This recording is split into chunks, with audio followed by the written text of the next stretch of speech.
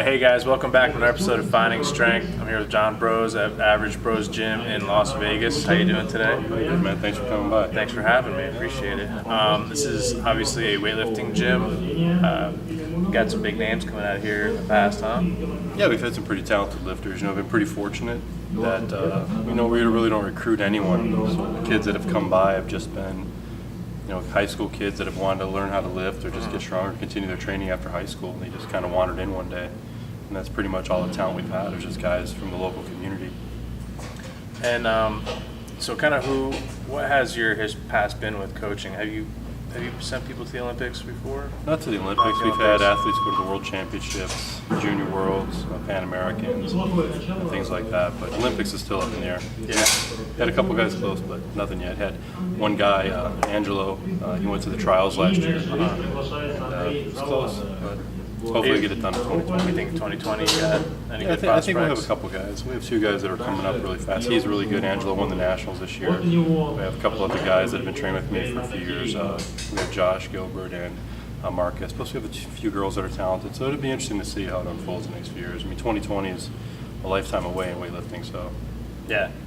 So what kind of is your coaching philosophy? I know I've read a long time ago I was talking about it with you on T Nation. It was the squat every day article. What is your philosophy when it comes to weightlifting? Well, as far as training, I think one of the lifters that I coached a long time ago, he called it the Brozgarian method. Like the way he summarized it, it's a combination of like things that I learned intuitively as a kid growing up, and taking a lot of things in factors, more like a real pragmatic approach to training. Taking things that I learned, on my own, things I learned from my multiple coaches I've had over the years, and then, my Bulgarian coach, and putting everything together in a program that I think is the most effective way. So people always say, oh, he trains people the Bulgarian way, but not really. I mean, there's a lot of things that I do that they don't do. And so I don't think there's a title for it. It's just my intuition, how I've assembled things over the years. I mean, the fundamentals are, the easiest way to summarize would be, work equals results. Like the more you do, the more you get. Yeah. So that's pretty much the fundamental basis for it. And so kind of who are your influences and coaches growing up? My first coach, John Schubert. There's a tribute to him over there on the wall. The gym I grew up in. He coached the last male Olympic champion from the United States. Okay. So Chuck Vinci was a bantamweight 1960 Olympic champion, and he grew up in Cleveland, and he's from my gym. And so obviously, when he talked about lifting and stuff, he's the one who introduced me to the sport. And you have a guy that's an Olympic champion there, so obviously you're going to listen to what he has to say. Yeah. But as you know, like through history, things have evolved, as far as technique and training protocols. So people that were champions in 1960, given the same totals that they did back then, wouldn't be competitive today. Not saying them as athletes couldn't compete today. Yeah. Just saying that the totals that they put up back then. So things have evolved. And so then my Bulgarian coach that I met, Antonio Krastev, when I met him in the mid-90s, obviously the Bulgarians in the 80s were the best team in the world. Yeah. So taking what I learned initially about general fitness and conditioning and training from my first coach, assembling that with things I learned from him, and then also two powerlifters you probably know, John Black and Vincenello. Yeah. Like those guys are from Cleveland. John Black had a gym called Black's Health World right up the street from my house. And so between the Olympic lifting gym, where John Schubert and Chuck Vinci were, literally 1 mile up the street was John Black, Vincenello, and a bunch of other powerlifters that were world class. So I just happened to be, really is just fortuitous. I was between both of those locations. Yeah. So over the years, I trained at both places and got a chance to learn a lot from all those guys. So great powerlifters, great weightlifters. So I was really lucky to be around all those influences. So did you do powerlifting too? I didn't compete in powerlifting, but I did go to John Black's gym for a while because there's friends of mine that in the community, in my neighborhood, that were training up there, and they were talking a lot about it. So I'm a curious guy, so I wanted to see what it was all about. So I went up there within the first few days. Vince befriended me and took me under his wing and helped me a lot. And John Black made a funny quote when I first went in the first day. He asked me, he's like, hey, where do you train? And I was like, I train down at Olympic Health Club. He goes, at Johnny Schubert's place. He goes, cool, well, now I'm going to teach you how to really squat. And, John Black, I think he squatted, I think it was 904 at 198 back in the 80s. And Pretty baller.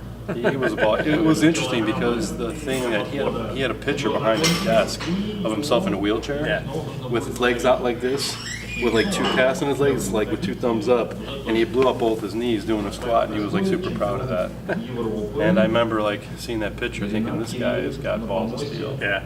And just being around those guys, I learned a different mindset. So I mean, all those people had an influence in the way I approach things. And every time I question, am I really training hard enough? I'm thinking, well, okay, what would Vince and John, what would they do? Would they think I'm trying hard, or would they think I'm being a pussy? Yeah. So I mean, maybe they're a little too far over the edge in some areas, but again, all those people play an influence on a spectrum of what is enough and what is too much, or somewhere in between. Because I don't think really a lot of people push themselves to do enough. They feel like they're overtrained and they need more rest. And I keep thinking about these guys that were just like almost like off the deep end. Yeah. To give you perspective on like the range of what's possible within human beings. Yeah, I definitely think the concept of overtraining is way blown out of proportion. I think people don't work hard enough, and they just don't know how to deal with the suck. And, It's a good way to put it. And I think that might be kind of one of the big problems that we have with some of the American athletes. At least in strongman, I kind of see that a little bit. You know, guys aren't pushing themselves hard enough to the levels of being a huge pro, and then when they get to the pro level, they're kind of slacking behind. There's a situation that happens in the United States with the lifters. They call it the junioritis. Guys will lift as juniors or youth lifters, and they'll be very successful. And the minute they get into senior ranks, they realize that they need to do this much, and they're not a celebrity anymore, and they basically just quit or fall off. Yeah. And it's unfortunate that you see these junior lifters get to a certain point and disappear. And it's almost because their mindset was not in the right place in the first place. Now, if your goal is to be the best in the world and you forget about the fact how old you are, then it's easy to get through those hurdles. But I find that that's one of the downsides of people that set these limitations of like, I need to be the best junior or the best youth. And then all of a sudden when they get into this next category, you know, their brain has a meltdown because they realize, hey, I was great. No, I'm not. Yeah. And so that's a problem. So is that, you think, one of the big issues? Because I don't really know. I'm kind of new to the sport of weightlifting. Do you think that's one of the biggest issues with the U.S. weightlifting in the Olympics and on the world level?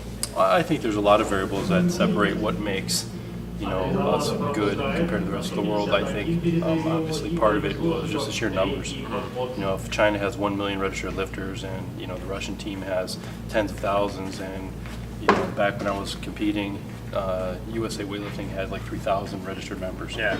And some of those are masters. So like how many people do you actually have involved in the sport? The people you had were kids of people who knew somebody, were introduced to this backyard, underground type sport. It was just a numbers game. Yeah. I mean, right now, because CrossFit has brought weightlifting to the spotlight and more people are aware of what it is now, now it's just more numbers. You have 25,000 or 30,000 members, and now you have younger kids starting, and now we have 2 youth world champions. Yeah. And so things are starting to change with the sheer numbers. If we had 200,000 lifters, we'd have world champions in every weight class. Yeah. It's just a numbers game. Yeah. I think that's the biggest issue. And people for years have said, how can we start a grassroots effort? How can we get more kids involved? And in reality, what it comes down to is you just got to change people's level of awareness. Yeah. And whatever people say, good or bad about CrossFit, the thing is for our sport, it's changed people's level of awareness. Yeah. And the minute that changes, regardless of what the subject is, you're going to make better decisions. Yeah, You no, know, just in life in general. I agree. I think even for powerlifting and strongman too, it's CrossFit has put so many people that they get in the CrossFit like, you know, I like this, but I hate burpees, so Let me I just go do this. powerlifting, I go weightlifting. Yeah, that happens a lot. I mean, pretty much the majority of the people we have. Like Angela was national champion this year, went to the Olympic trials last year, and he came to me to be better for CrossFit. And now here he is, national champion in weightlifting. He was like, yeah, I have asthma. I didn't really like CrossFit, but I like the weightlifting part of it. And that's not uncommon. You know, there's gym owners that come here that own CrossFits that come here just to weightlift because they just want to do weightlifting. Yeah. Which is great, you know, and the fact is they would have never been introduced to the sport had it not been for their sport. Yeah. So I'm completely okay with it. And even 10 years ago when people asked me how I felt about CrossFit, I was all about it because I was so sick of telling people stories. Yeah. Hey, you weightlift. Oh yeah? So what do you bench? Yeah, dude, I don't bench. Yeah. What do you, I thought you said you were a weightlifter. Yeah, well, that's snatch and clean and jerk. Well, a snatch, what is that? This thing? Yeah, it's that thing. Exactly. So just to not have to explain that, I'm even happier that I don't have to explain it to as many people. Where people actually go, oh, hey, a snatch. Like, I tried that once. Who are you? Yeah. Like, that's weird. It was always in the past where people would tell you a story like, oh, you're a weightlifter, and they'd say, oh, I'd say, yeah. And they go, and I'd be waiting for the bench press question and say, oh, yeah, well, I used to snatch this and that. You're like, oh, my God. you actually know what it is. You're my new best friend. It was so rare that you would actually meet somebody that knew what it was, that immediately you had this bond between you. And it's changed a lot, which is good because then more people participate and it just becomes a better sport all the way around. Yeah, totally agree. Yeah, I still get to this day, oh, you do strongman, like that Polish guy. Yeah, the Polish guy who retired 10 years ago. Yeah. So what do you think is the biggest mistake that a lot Hold on a of second. It's the same thing. Like people ask about weightlifting, they would say like, "Oh, the fat Russian guy." Yeah. Like I always got like associated with Alexiev somehow. Yeah. Because they always recognize this Eastern European guy, and like you're all of a sudden associated with that type of. Yeah, that guy. Yeah, but that you're guy. not fat like him. Well, there's weight classes. Yeah, Sorry to interrupt. No, you're fine. I was gonna say, what do you think is the biggest mistake that a lot of weightlifters are making today when it comes to their training? Well, to me, like to be a great lifter, like there's two measures. There's power and there's skill. Because what I really think that a lot of people like forget for some reason is weightlifting is a skill. And it's a skillful way to display how powerful you are. Yeah. Right? Doing the lifts by themselves, and if that's all you ever did was work on technique and lifts, you'll be very skillful, but you're never going to be really powerful. Like you have to be both. Yeah. Because people, I think, forget, like, or never really thought about how did the sport start. Basically, a couple guys like you and me sitting around talking shit one day, and they're like, "Hey, I'm stronger than you. I'm stronger than you." Yeah. And we're like, "Oh, we'll pick that up." Yeah. And then they pick it up and put it over their head, which is natural. Even if you put a barbell on the floor by a little kid, the first thing they want to do is put it over their head. It's just natural. So like a couple guys were, BSing back and forth, and then they had like the one-hand lift and the two-hand lifts. Those were like some of the first lifts in the original Olympic Games, 1896. So you got these guys just picking a barbell up and over their head any way possible. Whoever gets it over their head, he's the strongest. He lifted the most. And then the technique evolved to become more aesthetic, and that's why they use singlets. Everybody looks more uniform, and so on and so forth. But the nucleus to the sport always was and always will be who's the most powerful. And so I think either people focus only on being more powerful and abstain from getting more skillful, or they only work on skill and they forget about the fact that you have to be really strong. And I've said this before, that if Superman walked in the door, he has to have zero skill and he'll be a world champion. Yeah. Because he's extremely strong. Now, but nobody's obviously that much stronger than everybody else. So you have to develop an immense amount of power and develop an immense amount of skill. So you have to work on both. So I think people either make one or the other mistake. They'll focus only on technique because they'd really rather do that because it's fun. Yeah. Or they'd rather just like, I just want to do squats and get really powerful, and then I don't really want to work on the lifts. Yeah. But you have to do both. Yeah. And I think that's one of the biggest mistakes that people make is they just focus on one or the other and don't address their weaknesses. They usually like to do what they're good at. Yeah. I'm a good squatter. I'm going to squat more, then I'm going to miss a 150 snatch. Like, that doesn't make sense to me. Yeah. There's guys that snatch more than you with half the leg power you have. Yeah. Like, that just doesn't make sense to me. And vice versa. Yeah. So you have to do both. And so one of the things we do is we have guys squat every day because you have to raise your power, but then we do lifts every day because you have to develop that skill.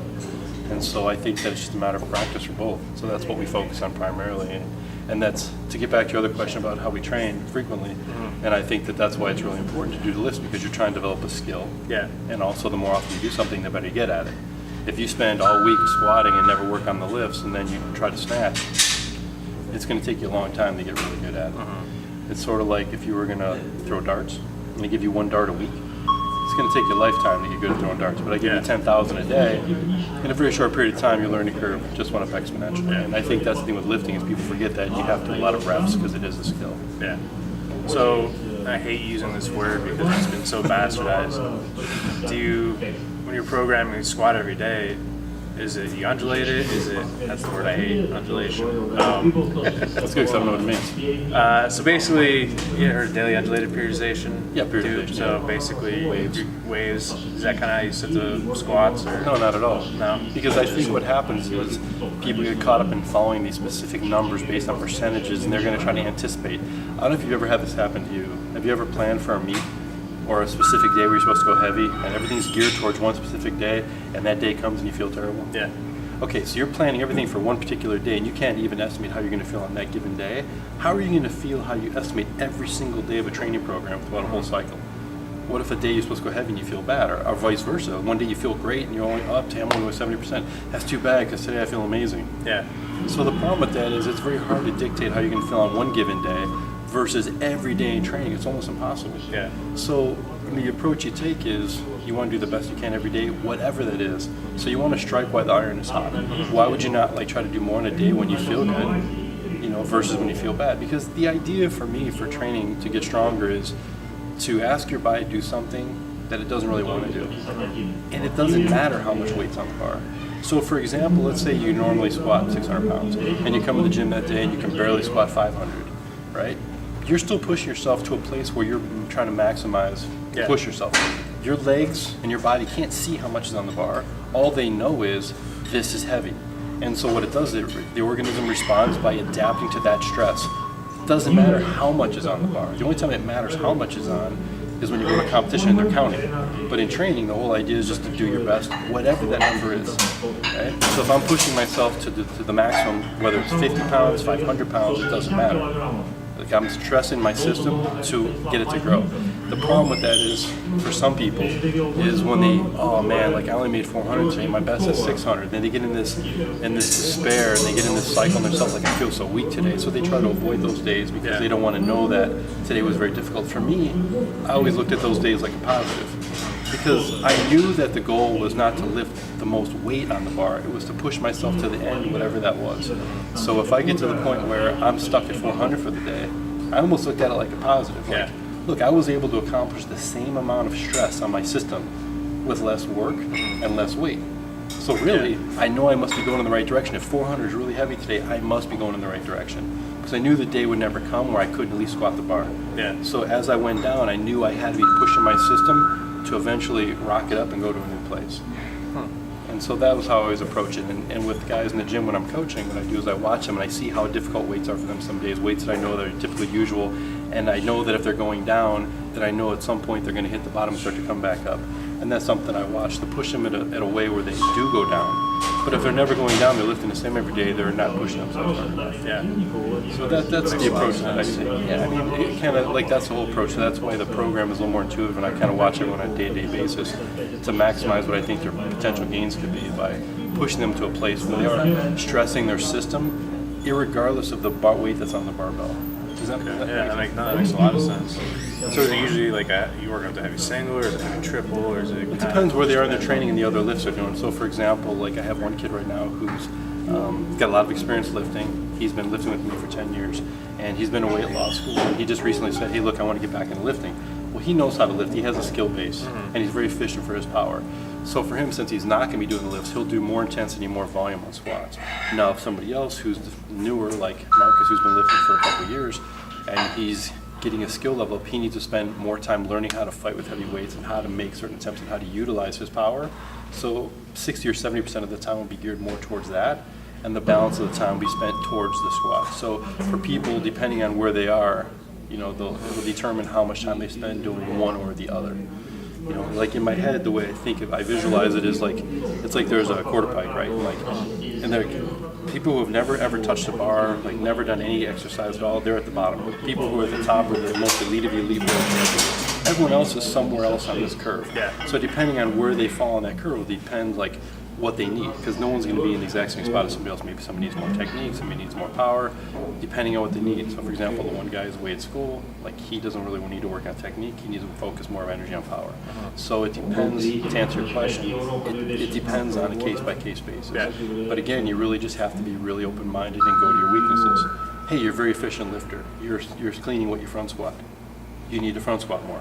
Hey, you front squat at 200, you clean at 100. You need to work on the lifts more. So, and I think some people, a lot of people, in human nature, they want to do what they're good at, and they want to avoid their weaknesses. But again, it comes down to this, and I find the irony in this amazing. Like another word for weight training is resistance training. And I find that a lot of people try to take the path of least resistance in resistance training.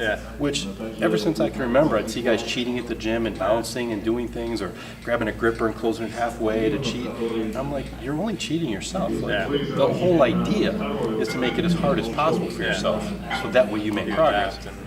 Yeah, but to take shortcuts and cheat, I just never understood that mindset, because you're doing the opposite of what you're doing here. Like, why even do it? Like, it just never occurred to me. Like, Want to feel good, tell their friends, pretty much. but then the guys would have that argument. I'd say, would you walk around with a number like I bench 400 tattooed on your forehead? Like, nobody can see it. They see how you look and they see how strong you are. So if you're cheating, you're only cheating yourself. Yeah. I mean, you have to have some integrity and some pride in what you do. Yeah. And if you're cheating yourself, you get to walk around and feel like that. Like, I don't get that. Yeah, that's a whole other issue that I couldn't even begin to get into. Yeah, it's pretty common, I think, within people of sports. There's people that take the path of least resistance to say they did stuff, and there's people that do the opposite, and they really challenge themselves. And I think that mindset of people that embrace that challenge are the people that ultimately reach the top. Yeah. Because they run into hurdles, and they're used to overcoming the hurdles, and they enjoy overcoming hurdles. And any path worth traveling on is going to have hurdles. Yeah. And the people that try to avoid those hurdles, when they do run into one that's inevitably going to happen, then they stop. Yeah, and they're in there for that long game. That's something I've said a couple times on this is people come to me and they want to say get in the strongman. I say, and be competitive.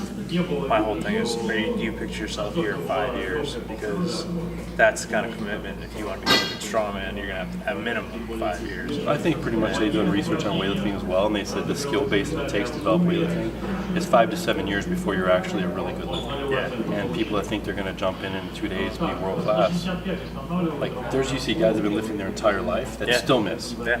So it's a skill that you'll never perfect. Yeah. And that's what I think people lose sight of, as something that's a lifelong pursuit. And you have to enjoy the process.